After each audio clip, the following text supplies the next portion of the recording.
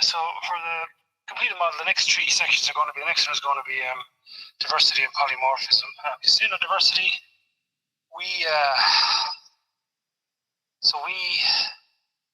before the Neolithic Revolution, we lived as a species about 3 to 5 million people,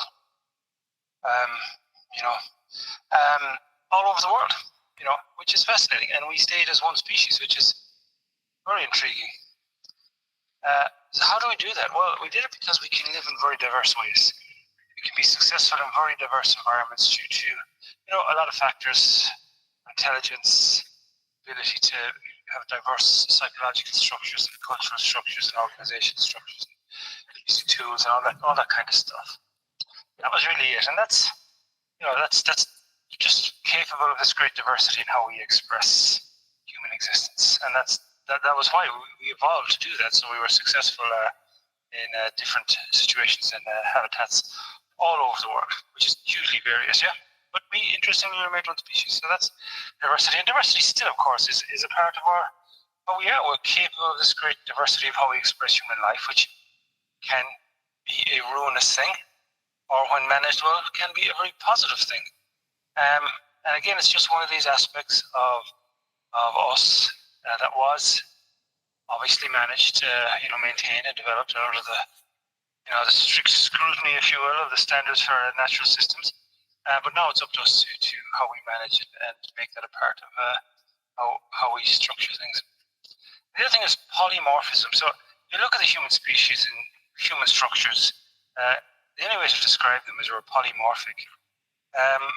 Like normal things, they have a form, like a car or a hand or whatever, or a body and so on, or a mountain, and it basically keeps that. It may have some moving parts, it basically keeps that form, Now, people aren't like that, because if you think of 5 people, maybe they go in the morning and they all work in the same office, and so therefore they're a part of their structure is whatever work they do all day, that's their structure. Maybe they're on an assembly line, and they work on that, and they take that job and they create that form, and each one is dependent on the other one doing their job well. And then maybe they have a 5-a-side team, and then they go and they play the afternoon. They play a game of 5-a-side. And then they've taken on a totally different structure to operate under, a totally different form for those 5 people. So that's polymorphic.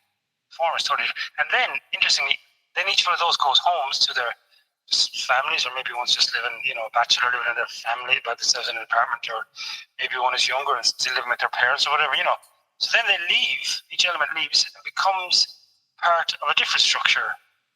So it's not just polymorphic, but it's, the pieces can become different parts of different pieces. You know what I mean?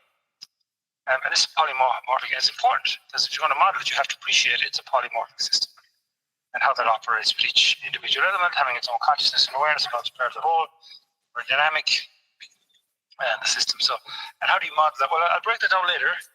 There's a very simple trick that which allows us to model it, and I'll get into that later. So that's that one. Then the next one is we're going to talk about the 3 types of selection. Now, this section in the next lesson, I'm going to really expand the model. So it's not necessary to get into this stuff. You can just ignore it, or if you don't think it's very good, you can just discard it. But actually, I find it really enriches, puts the whole thing in a context that's intriguing, and I like it.